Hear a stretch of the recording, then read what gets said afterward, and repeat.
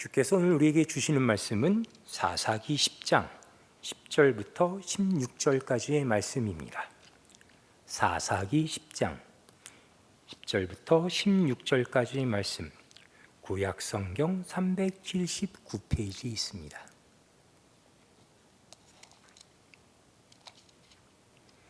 사사기 10장 10절부터의 말씀을 제가 읽겠습니다.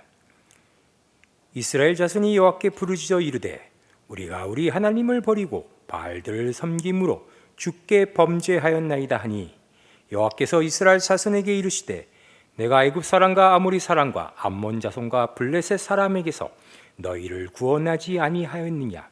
또 시돈 사람과 아말렉 사람과 마온 사람이 너희를 압제할 때에 너희가 내게 부르짖음으로 내가 너희를 그들의 손에서 구원하였거늘 너희가 나를 버리고 다른 신들을 섬기니 그러므로 내가 다시는 너희를 구원하지 아니하리라. 가서 너희가 택한 신들에게 부르짖어 너희의 환난 때에 그들이 너희를 구원하게 하라 하신지라. 이스라엘 자손이 여호와께 여쭈되 우리가 범죄하였사오니 주께서 보시기에 좋은 대로 우리에게 행하시려니와 오직 주께 구하옵나니 오늘 우리를 건져내옵소서 하고 자기 가운데서 이방 신들을 제하여 버리고 여호와를 섬기네. 여호와께서 이스라엘의 곤고로 말미암아 마음에 근심하시니라. 아멘.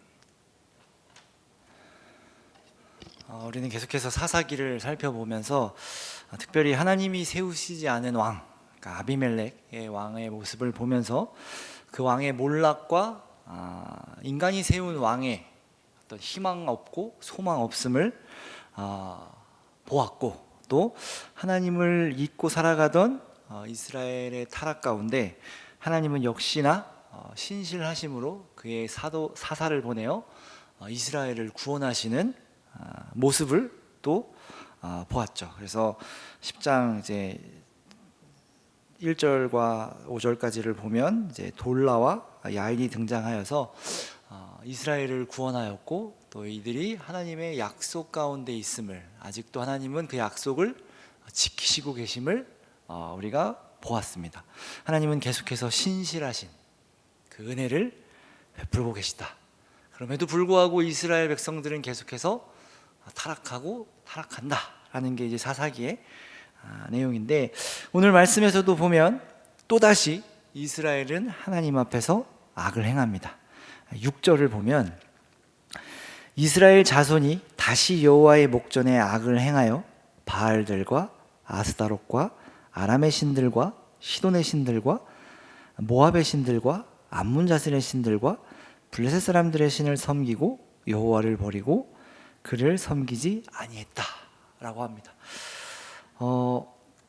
이 사사가 처음 등장했던 3장 이제 7절을 보면 여기는 이렇게 이스라엘의 어떤 악을 행하는 모습을 이렇게 표현하는데, 이스라엘 자손이 여호와의 목전에 악을 행하여 자기들의 하나님 여호와를 잊어버리고 바알들과 아세라들을 섬긴지라.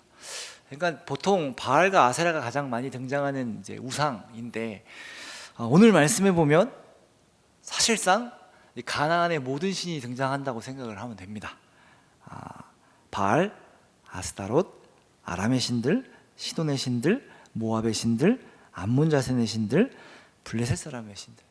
그러니까 이제 이스라엘이 하다 이제 가장 유명했던 바알과 아스타롯을 섬겼다가 하다가 이제 다 모든 신을 섬기기 시작했다는 겁니다. 뭐 자신들이 원하는 것을 바알과 아스타롯이 주지 않는다라고 생각할 수도 있고, 또 그 신을 버린 게 아니라 그냥 좋다고 하는 신들, 지금 저 신들이 다 좋대, 이렇게 해준대, 저렇게 해준대, 그러니까 다 좋으니 그럼 우리가 그 신들을 다 섬기겠다라고 이제 했을 수도 있는 거죠. 그러니까 지금 이스라엘은 더 하나님을 찾지 않고 오히려 하나님이 아닌 다른 신, 또 다른 신, 또 다른 신, 모든 신을, 하나님 외에 쉽게 말하면 모든 신을 섬기고 있는 모습을 보고 있고, 또 이게 우상을 섬긴다라는 것은 어떤 자신의 욕심과 내 원하는 것을 얻기 위해 신을 만들고, 또 그러한 것을 준다고 하는 신들을 믿는다라는 것을 보면 지금 이스라엘은 자신의 욕심과 원함으로만 살아가고 있음을, 하나님의 자녀로서의, 하나님의 백성으로서의 삶이 아니라 나를 위한 삶, 하나님을 위한 삶이 아니라 오로지 나만을 위한 삶을 살아가고 있음을 보여주죠. 그래서 이 수많은 신들이 등장하고 있습니다. 거의 끝장이라고 생각을 하시면 될 것 같습니다. 그래서 하나님께서 이스라엘에게 진노하십니다.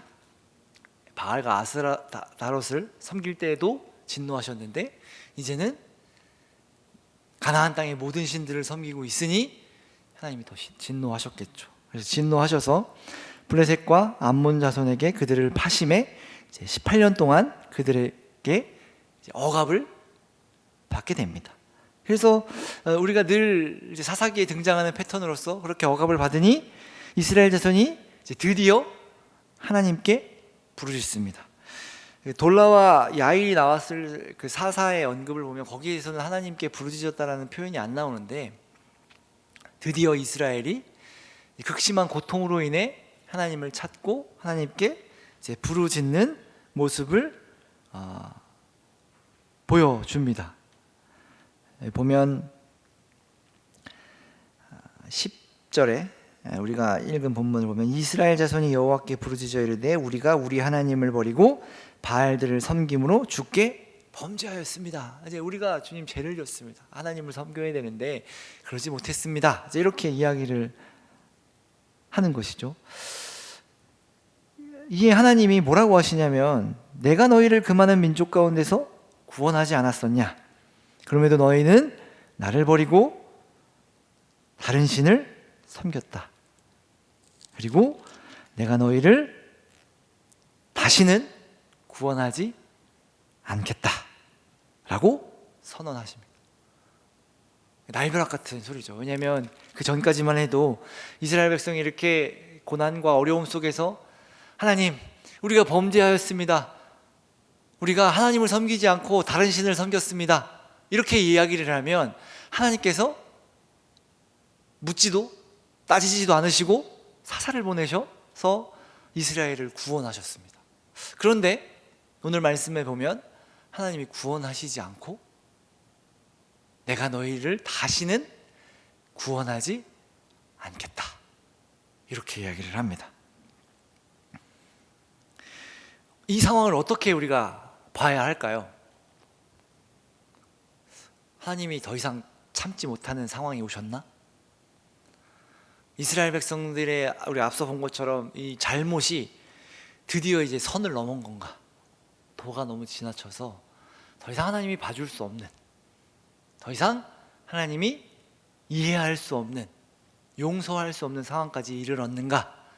라는 생각이 들죠. 그렇게 잘하지. 하나님이 드디어 화가 나셔서, 드디어 분노하셔서 이스라엘을 구원하지 않으시겠다, 이렇게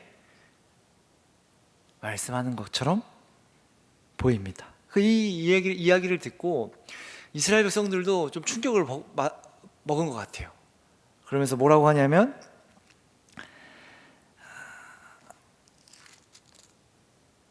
15절에 보면 이스라엘 자손이 여호와께 여쭈되 우리가 범죄하였사오니 주께서 보시기에 좋은 대로 우리에게 행하시려니와 오직 주께 구하옵나니 오늘 우리를 건져내옵소서라고 합니다. 이게 무슨 말이에요?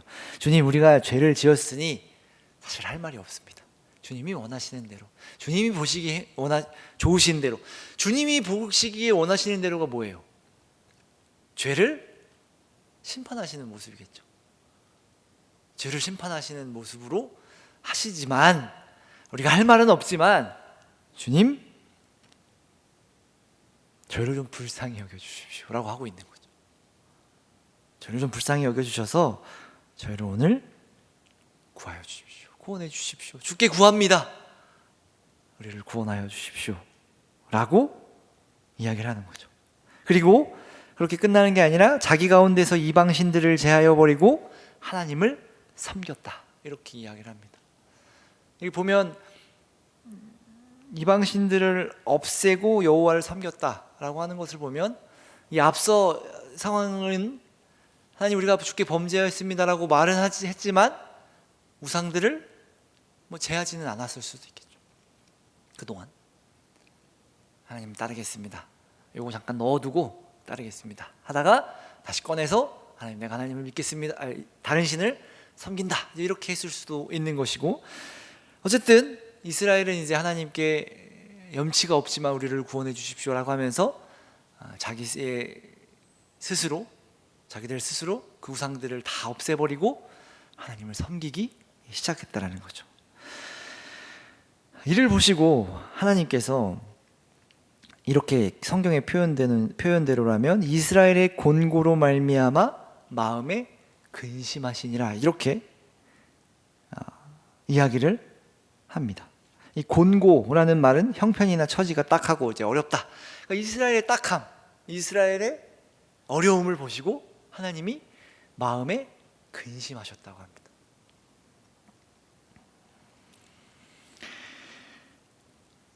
이게 무슨 뜻일까요? 하나님 마음에 근심하셨다. 그래서 나중에 내용을 보면 하나님이 결국에는 이스라엘을 어떻게 하시나요?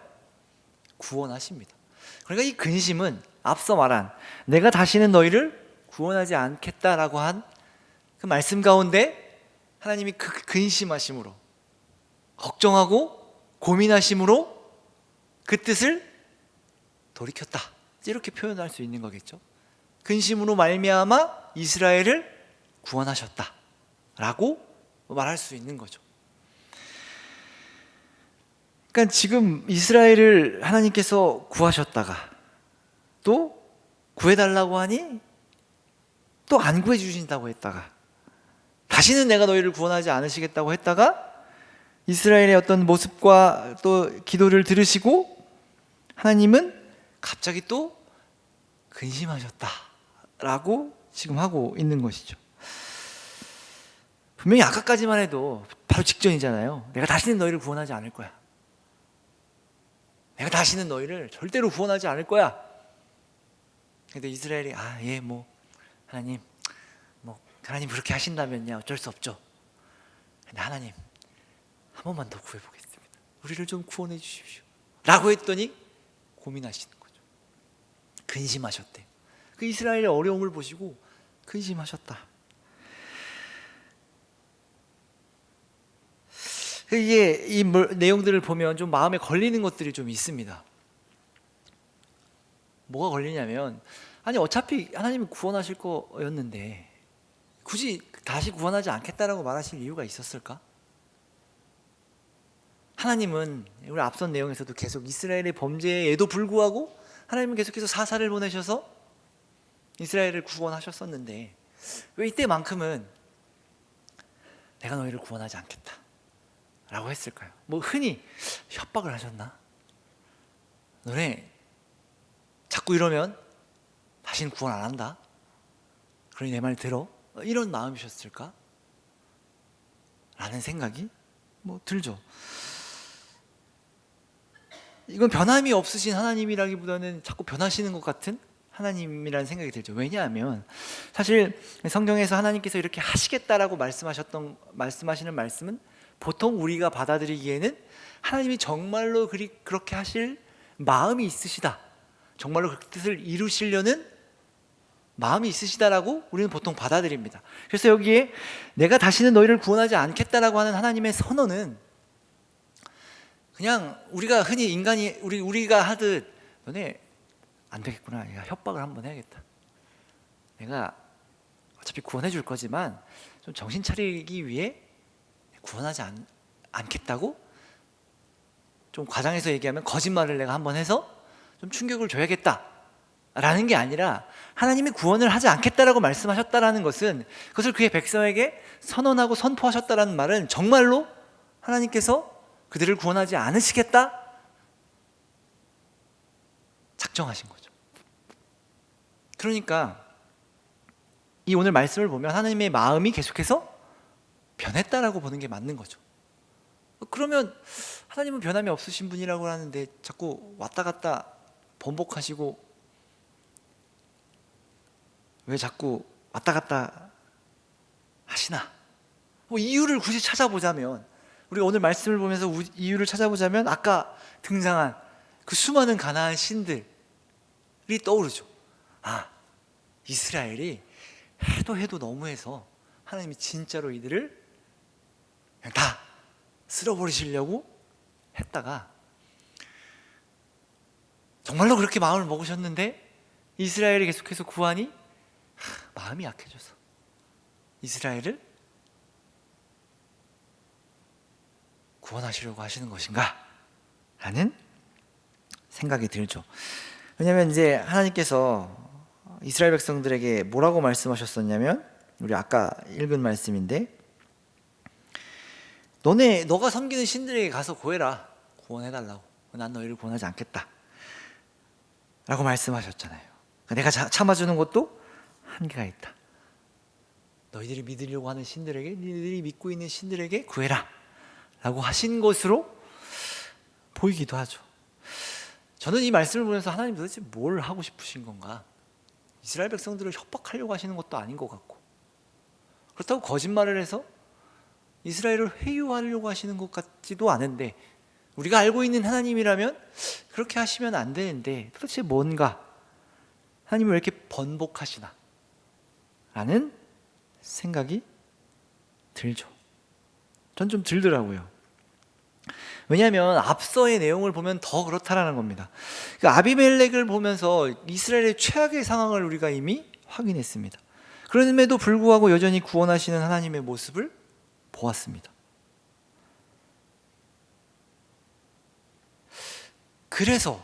그럼에도 불구하고 이스라엘이 타락했기 때문에 하나님이 최악의 상황이기 때문에 이스라엘을 구원하지 않으시겠다고 말씀하신 것인가?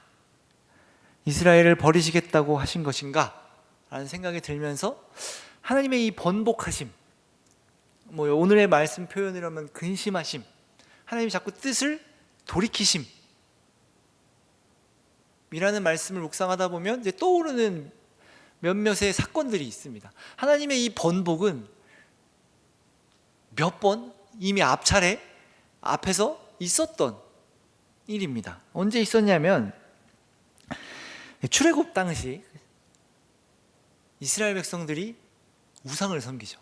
시내 산에서 모세가 하나님의 말씀을 들으러 올라갔을 때 이스라엘 백성들이 금송아지를 만들잖아요.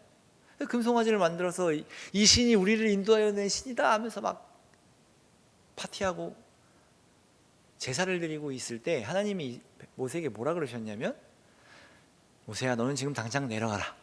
지금 이스라엘 백성들이 우상을 섬긴다 라고 하시면서, 내가 이스라엘 백성들 그냥 이 땅에서 다 제하여 버리고 너 하나만 두고 내가 다시 새로운 민족을 세우겠다 라고 하시면서 분노하십니다. 그런데 그때 모세가 뭐라고 하나요? 하나님 그렇게 하시면 안 됩니다. 하나님이 구원해내신 백성 아닙니까? 하나님이 구원해 주시고 하나님이 죽이시면 세상 사람들이 뭐라고 하겠습니까? 하나님의 약속이 있다고 믿겠습니까? 하나님의 이름을 위하여, 하나님을 위하여 그 뜻을 좀 걷어주십시오. 이렇게 했을 때 하나님이 그 뜻을 돌이켜 이스라엘 백성들을 버리지 않으십니다. 죽이지 않으십니다.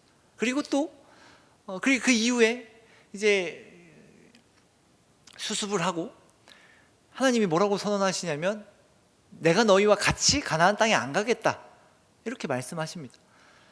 그러니까 이스라엘 백성들이 그 이야기를 듣고 막 통곡하고 웁니다. 그때 또 모세가 가서 하나님 같이 가셔야죠 이렇게 기도했더니 하나님이 그래 같이는 가겠다 라고 하셨었습니다.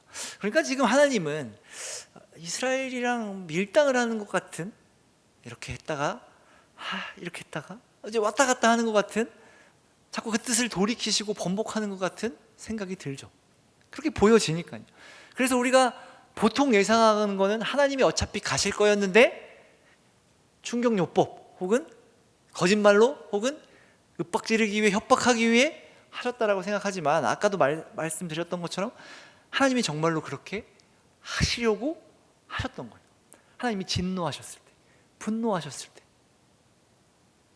그들에게 심판을, 그들에게 그 죄에 대한 벌을 내리시려고 했는데 출애굽 당시에는 모세가 나와서 하나님께 구했고, 지금은 이스라엘 백성들이 나와 하나님께 구했을 때 하나님이 그 진노를 거두시고 그의 말을 사실상 번복하심으로, 바꾸심으로, 그의 뜻을 바꾸심으로 이스라엘을 다시 구원하신 겁니다.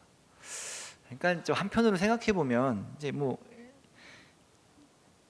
남자가 한 입 갖고 두 말 하냐 뭐 이렇게 따지는 사람도 있을 거고, 하나님 체면이 있으시지, 그냥 그 이스라엘 백성들 하나님이 보시기에 인간들 별거 아닌데 그냥 확 지르시고 다시 세우는 거 일도 아니실 텐데, 이렇게 번복하시면서 어쩌면 하나님의 어떤 약함, 그죠? 하나님이 근심하셨다잖아요. 하나님의 약한 모습, 이 모습들을 우리에게 보여주실 필요가 있는가 라는 생각이 들죠. 헷갈립니다. 하나님은 번복하시는 분인가? 하나님은 변함이 없으신 분이 맞는가? 하나님은 전지전능하시고 그 1절에 틈도 없으신 어떤 완벽한 분이셔야 되는데 자꾸 이렇게 좀 번복하시고 하나님의 어떤 약하신 모습을 우리가 보고 근심하시는 모습을 보고 걱정하는 모습을 보이는 게, 이거 정말 우리가 절대자라고 말할 수 있는 분인가? 라는 생각이 들기도 하죠. 실제로 이러한 모습 때문에 에이 뭐야 이거 하나님 뭐 전지전능하신 분이라며, 완벽하신 분이라며 뭐 걱정하시고, 뭐 후회하셨다는 표현도 나오잖아요 성경에. 후회하시고 돌이키시고 뭐 이런 모습들이 왜 나오나 라고 실제로 이야기하는 사람도 있습니다. 사실 이 번복, 제가 이제 번복이라는 표현을 썼지만 뭐 용서라고 바꿀 수 있겠죠. 하나님의 용서하심, 이러면 또 느낌이 좀 다르죠. 하나님이 용서하셨다. 이 용서는 사실 하나님의 하나님 되심을 가장 잘 드러내고 있는 단어이자 하나님의 일하심이죠. 출애굽기 34장 6절에 보면 하나님께서 하나님을 소개한다라고 말하는 건 좀 웃긴데, 하나님이 어떠한 분이신지를 선언하시는 이제 그 장면에서 뭐라고 하시냐면, 자비롭고 은혜롭고 노하기를 더디하고 인자와 진실이 많으신 하나님, 나는 그런 하나님이다라고 이제 세상 가운데 선포하시는 장면이 나오는데, 이제 이 하나님의 하나님 되심이 가장 잘 드러나 있는 부분이 바로 하나님의 용서하심이라는 겁니다.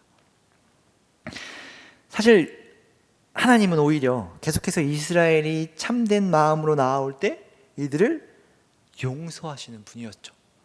정말로 하나님은 이들을 죽이고 멸망시키고 이 땅에서 지워버리려고 하셨지만, 이들이 하나님께 다시 나아올 때, 모세가 나아올 때, 그 모세가 이스라엘을 위해서 중보할 때 하나님께서 그 뜻을 돌이켜 용서하신 것이죠. 우리가 보기에는 아유 줏대도 없고, 혹은 마음이 약하고 뭔가 이 절대자로서의 권위나 이런 모습처럼 안 보이지만, 하나님은 우리를 용서하시죠. 어쩌면 그 모든 것들을 감수하심으로 우리를 용서하시는 것입니다. 지금 이스라엘은 어쩌면 이스라엘 역사상 최악의 잘못들을 저지르고 있고, 수많은 신을 하나님을 대신하여 섬기며 타락한 상황 속에서 하나님도 내가 너희를 구원하지 않겠다라고 드디어 선언하신 그 상황 속에서도 자기 가운데서 이방신들을 제하고 버리고 여호와를 섬기는 이스라엘을 보시고, 자비롭고 은혜롭고 노하기를 더디하고 인자와 진실이 많으신 하나님께서 마음에 근심을 하기 시작한 겁니다. 약한 모습을 보여주기 시작한 겁니다. 하나님의 약함, 이 하나님의 약함, 하나님의 근심을 어떻게 봐야 할까요? 이 근심은 또 뭐라고 표현할 수 있냐면, 여러분 근심이 많으면 어떻습니까? 고통스럽죠. 하나님의 고통입니다. 하나님께서 고통당하셨다라는 겁니다. 왜요? 이스라엘의 아픔 때문에요. 이스라엘의 어려움 때문에요. 이스라엘의 곤고 때문에 하나님이 아파하셨다고 말합니다. 하나님께서 고통당하셨다라고 말을 합니다. 성경은 이제 심판을 앞둔, 더 이상 희망이 없고 소망이 없고 죽을 수밖에 없는 운명 가운데 있는 이스라엘이죠. 하나님께서 더 이상 구원하지 않겠다고 하시니, 그 가운데 있는 이스라엘의 곤고를 보시고 하나님이 아파하신 겁니다. 하나님이 고통을 감수하시기로 하신 것입니다. 이스라엘이 하나님을 섬긴다라고 이야기를 했을 때 그들의 어려움으로 인해 하나님이 마음이 고통이 있으셨다. 이 근심이라는 것은 우리를 향하신 하나님 아버지의 마음입니다. 사랑이라고 말할 수 있죠. 자비롭고 은혜롭고 노하기를 더디하고 인자와 진실이 많으신 하나님께서 근심하신 겁니다. 약해지신 겁니다. 왜요? 이스라엘을 지금 심판하시기로 마음을 먹으셨다가 약해지신 거예요. 그 약함을 하나님께서 감당하신 거예요. 감수하신 거예요. 너희들 앞이라면 내가 약해질 수 있다. 너희들 앞이라면 내가 고난당할 수 있다. 내가 너희를 위해서라면 근심할 수 있다. 아파할 수 있다. 이렇게 말하면 떠오르는 게 뭐죠? 하나님의 아파하심, 하나님의 고난당하심. 예수 그리스도가 떠오르죠. 사실상 그래서 예수 그리스도의 십자가를 하나님의 약함이라고 표현하기도 합니다. 하나님이 그렇게 약해지시지 않아도 되는데 우리를 위해 기꺼이 약해지심으로, 기꺼이 근심하심으로, 기꺼이 아파하심으로 우리를 구원하시겠다 하신 겁니다. 죄를 심판하시는 하나님께서 우리를 용서하시겠다고 작정하시고 근심하시고 아파하셨다라는 이야기죠. 불신실한, 계속해서 하나님을 떠나고 하나님을 섬겼다. 오히려 하나님께서 자꾸 마음을 변하시는 게 아니라 이스라엘 백성들이 지금 불신실하게, 신실하지 않게 하나님의 약속을 저버리고 떠났다가 돌아왔다가 왔다 갔다 하는 중에서도 하나님은 계속해서 용서하심으로, 그 자비를 베푸심으로 우리를 사랑하는 모습을 꾸준히 여전히 보여주고 계시다라는 거죠. 이스라엘 백성들은 심판받아 마땅했지만 지금은 누가 뭐라고 해도, 지금은 하나님이 와도 이스라엘 백성들은 심판받아야만 하는데 하나님께서 그렇게 하지 않으시겠다, 내가 너희를 용서하겠다 라고 하면서 하나님의 약함을 드러내시고 있는 오늘 본문 말씀입니다.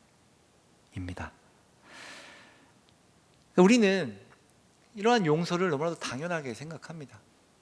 오히려 우리는 하나님의 용서가 없다면 우리는 오히려 지금 심판을 받아야만 하는 그러한 죄인들입니다. 하나님의 약함이 없다면, 하나님의 근심이 없다면 우리는 죽어야만 하는 사람들입니다. 하나님이 변덕을 부려서 우리를 심판하시려고 하셨다가 용서하시려고 하셨다가가 아니라 우리는 무조건 심판을 받아야만 하고, 하나님은 그런 죄인을 심판하시는 분이신데 우리를 너무 사랑하셔서 근심하기 시작하신 것이고 약해지기로 하신 것이고 우리를 용서하시기로 하신 것이라는 말입니다. 이것이 우리가 지금 이 자리 가운데 있을 수 있는 이유이자 우리가 강해질 수 있는 이유죠. 하나님의 약함이 우리의 강함이 되는 겁니다. 하나님의 고난이 우리의 승리가 되는 겁니다. 하나님의 실패가 우리에게 성공이 되는 것입니다. 그렇게 이스라엘은 하나님의 근심하심으로 말미암아 또다시 구원을 얻습니다. 물론 이후의 내용들은 계속해서, 그럼에도 불구하고 이스라엘은 계속해서 떠나지만, 하나님을 배신하지만 하나님은 그 약함을 감수하심으로 그 약함을 계속해서 가지고 가심으로 이스라엘을 구원하고 계신 것이죠. 우리와 비교되는 하나님을 보여줍니다. 계속해서 하나님의 큰 자비와 은혜, 우리를 용서하시는 하나님. 오늘 말씀은 이 용서가 값없는 것이 아님을 보여줍니다. 그냥 용서하시는 게 아니라는 거예요. 이 용서의 대가는 하나님의 약해지심입니다. 하나님의 근심하심입니다. 우리의 구원은 예수 그리스도의 죽으심으로, 우리의 용서는 예수 그리스도의 죽으심으로 일어난 것입니다. 값이 없던 게 아닙니다. 그러니까 우리가 너무나도 쉽게 나는 하나님을 믿으니 그냥 괜찮지, 뭐 용서하시겠지 라고 생각한다면 맞는 말이면서도 그 맞는 말 가운데 방향을 잘못 잡고 가는 겁니다. 뭐 어차피 하나님 구원하실 건데, 예수 그리스도로 이미 다 이루셨으니 뭐 마음대로 살면 되지 않을까? 는 길을 잘못 들었다라는 겁니다. 죽으심으로 이루신 구원입니다. 물론 우리가 어떤 잘못을 저지르고 또 때론 죄를 짓더라도 하나님께서 우리를 용서하셨고 우리가 하나님이 우리를 포기하지 않으시는 진리가 맞지만, 그 가운데 우리가 어떻게 살 것이냐는 우리에게 주어진 또 다른 문제이며 책임의 문제라는 것을 기억해야 합니다. 구원받았으니 마음대로 살자는 나에게 주어진 이 책임의 자리에서 도망가고 회피하는 겁니다. 하나님이 기꺼이 죽으심으로, 약해지심으로, 근심하심으로 어쩌면 엄청 큰 대가를 치른 거죠. 우리의 죽음도 굉장히 대가가 큰데 하나님의 죽음은 얼마나 대가가 클까요? 비교할 수 없겠죠. 수치로 나눌 수는 없겠지만 우리가 1이라면, 우리의 죽음이 1이라면 하나님의 죽음은 얼마나 큰 대가가 있을까요? 1억 대 1, 1조 대 1, 뭐 이런 가치가 차이가 있을까요? 더 있겠죠. 우리는 그러한 대가를, 하나님의 죽으심이라는 대가를 가지고 살아가는 사람입니다. 물론 하나님께서 그걸 생색내거나 너 내가 너를 위해서 죽었는데 이따위로 살 거야 라고 하시진 않지만, 우리의 마음가짐은 적어도 그 은혜를 받은 자들이라면 적어도 이런 말은 하지 말아야죠. 하나님이 뭐 어차피 구원하실 건데 마음대로 살면 되지 라는 말은 하지 말아야죠. 하나님께서 눈치 보지 말라고 분명히 말씀하셨기 때문에 눈치를 보지 않아도 되지만, 적어도 우리에게 주어진, 우리 삶에 주어진 하나님의 자녀로서의 삶과 책임은 우리가 마땅히 살아가야 할 하나님의 백성으로서의 책임이며, 해야 할 도리라고 말하면 도리라 할 수 있겠죠.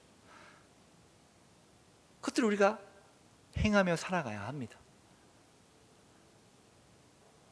예수님 믿어서, 하나님 믿어서 하나님 우리를 구원하셨으니, 예수 그리스도께서 우리를 위해서 죽으시고 우리의 모든 죄를 용서하셨으니 끝이 아니라 이제 우리는 앞으로 어떻게 살아갈 것인가, 어떻게 살아가야 하는가, 하나님의 그 은혜를 받은, 하나님의 구원을 받은 우리가 어떻게 살아가야 하는가 라는 자리 앞에 서 있는 겁니다. 어떻게 살아가시겠습니까? 하나님의 그 구원을 알고, 하나님의 그 은혜를 알고 감사하며 그 어떤 자리에서도 기쁨으로 살아가시겠습니까? 아니면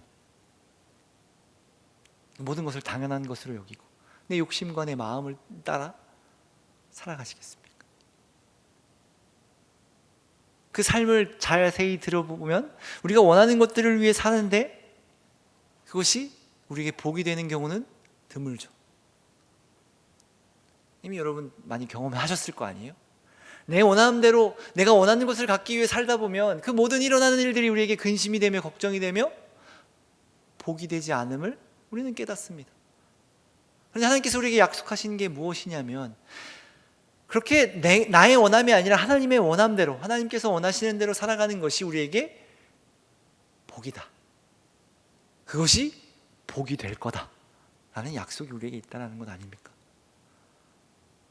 오히려 하나님 앞에 있는 우리의 자리가, 하나님의 뜻을 따라 살아가는 우리의 삶이 그 어떤 것보다도 복되고 좋은 삶이자 자리라는 것을 우리는 알아야 하고, 또한 그것을 아는 사람으로서 살아가야 하는 겁니다. 그것이 바로 우리를 향하신 하나님 아버지의 뜻이죠. 함께 아파하시는, 또 우리를 구원하시는 하나님이 우리와 함께 하시며 우리에게 복을 주시겠다 약속하셨습니다. 여러분, 이 일을 기억하시고 우리가 그 아버지 앞에, 그 하나님의 앞에 약함을 기꺼이 드러내시는 그 하나님 앞에 우리도 겸비하고, 우리도 우리의 어떤 죄악된 것들을 제하여 버리고 하나님을 섬기는 그런 하나님의 자녀들이 되기를 바랍니다. 기도하겠습니다. 사랑의 하나님, 주님께서는 우리를 위해 기꺼이 그 약함을 감수하십니다. 마침내는 우리를 위하여 죽으심으로 우리를 구원하심을 이루셨습니다. 하나님의 그 약함이 우리에게 강함이 됨을 기억하며 그 은혜를 가지고 하나님의 뜻을 따라 살아가는 주의 자녀가 되게 하시고, 주님이 주시는 복과 은혜와 기쁨과 감사를 누리며 살아가는 귀하고 복된 자녀가 되게 하옵소서. 예수님 이름으로 기도합니다. 아멘.